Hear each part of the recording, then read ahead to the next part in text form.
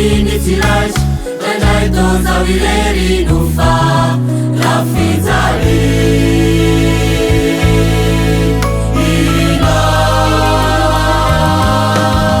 Nefa matokyao ny amin'ny fankapana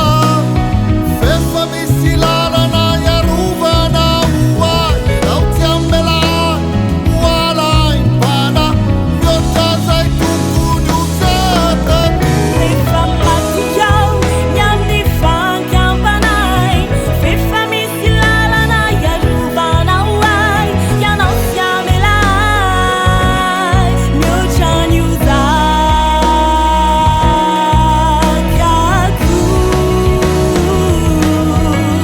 Zampitondran'ny ziogatsioza Kakiana Zampizakany otrany fatrakiana Matoyana nanaky ny hitrangarizany Matona velanao isan'ny tomary De fantatrao fazaka Fantatrao ny fatra Matokiana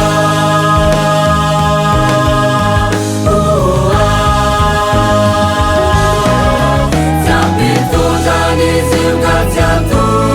Nonayana Zanomezay tsy zakany io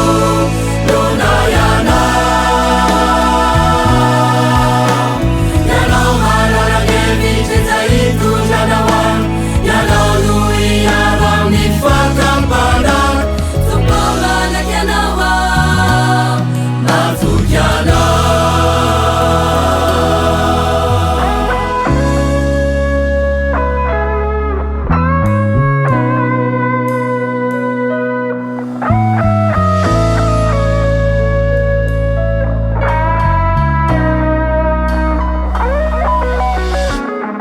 Ratsumivavakao izay mafaniriko Kanefa tsy nahazo ny zavatra zay tiako Tsy nisy sitrapoko anye no tsy maintsy atao Miantso anao aho mahatra sady ory Reraka sy vizana to tsy mahita tory Magnetaeta mafy aho maniry anao